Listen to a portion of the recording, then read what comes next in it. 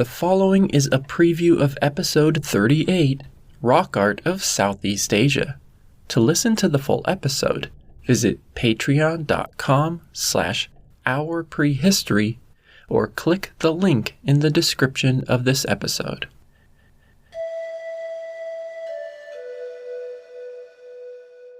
Studying the early prehistory of Southeast Asia is often like staring through dense fog at distant objects, only vague shapes visible.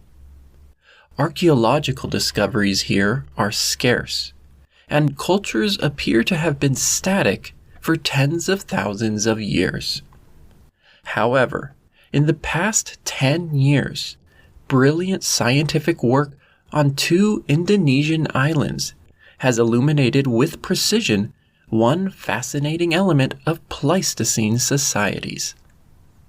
As if the prehistoric fog had cleared momentarily, the successful dating of paintings in Sulawesi and Borneo shed light on a highly developed and extremely old rock art tradition, including 2 distinct artistic periods. Intriguingly, these illustrations share characteristics with the oldest drawings in Australia and Europe, and present a critical point of comparison for Ice Age art globally. The recent findings have raised the fascinating possibility that the earliest inhabitants of these continents belonged to a single artistic lineage. Today, we will explore the oldest rock art of Southeast Asia, witness its evolution, and search for parallels to it across the world. The epicenter of the recent discoveries was the Maros Pangkep karst of southwestern Sulawesi, an area where water continually erodes the limestone bedrock, leaving behind dramatic stone cliffs, caves, and rock shelters in and among lowland tropical forests. These exposed rock walls served as ideal canvases, and at some point, more than 53,000 years ago, people started painting them, mostly with stencils of human hands and drawings of animals.